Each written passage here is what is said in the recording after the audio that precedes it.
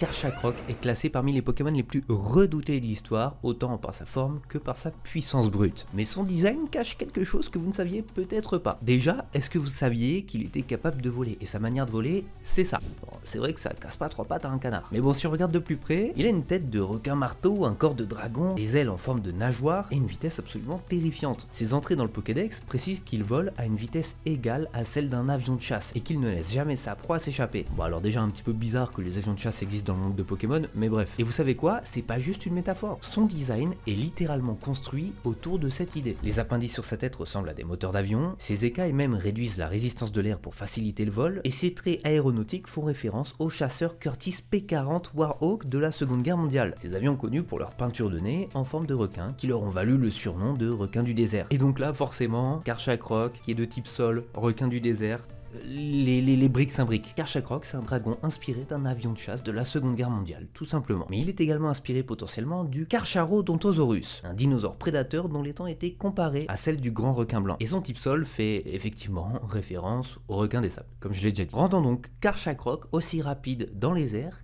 que dans le sable et dans la roche. Pour le côté puissance brute, il est devenu tellement puissant en compétition que les joueurs construisaient leur équipe entière autour de comment gérer ne serait-ce qu'un seul Karchakrok adverse. Et ça, c'était jusqu'à ce qu'il soit absolument banni de toutes les compétitions officielles pour que la diversité des équipes revienne aussitôt. Alors ici, on a un requin, un dragon, un avion de chasse et un dinosaure, le tout mélangé jusqu'à être banni complètement des compétitions officielles Pokémon, tellement il était puissant. C'est tout simplement ça, Karchakrok.